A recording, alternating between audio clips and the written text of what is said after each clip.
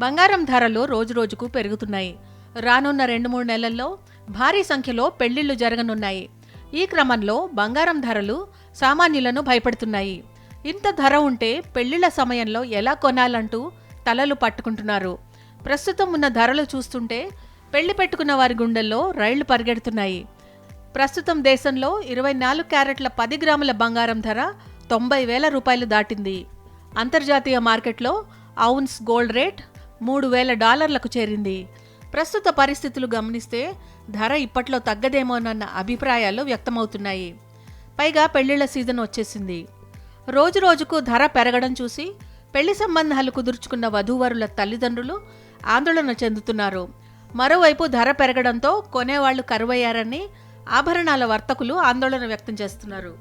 ఇటీవల కాలంలో బంగారం ధర భారీగా పెరగడంతో ఆభరణాల వ్యాపారం తగ్గింది.